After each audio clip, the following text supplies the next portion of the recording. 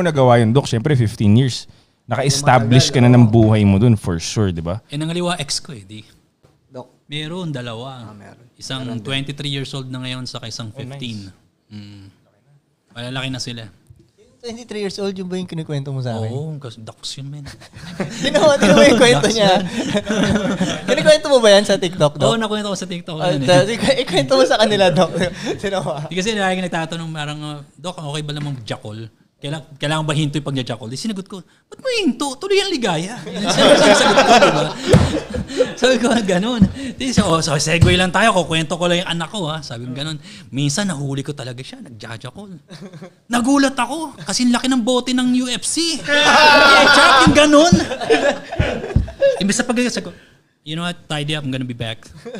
Sinarado ko pituan. Sabay high five kami ng ex ko. Ayos. Lalaki. Nagulat siya sa laki daw eh. May lotion pa. Kaya pala nawawala yung lotion sa bahay. Lotion. Naka-lotion pa, men. Pero sabi ko yung pala epekto ng gatas. Pag gatas ka ng gatas, lalaki pala talaga, no?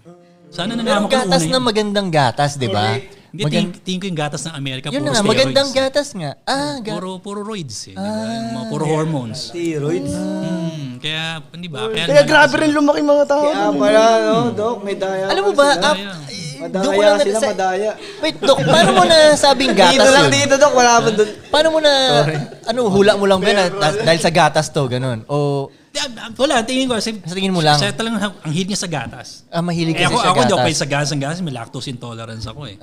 Siya talaga. Kahit malaki na siya, Doc. Kahit binata na. Yung buong lactose na na gatas na gano'n, gano'n niya.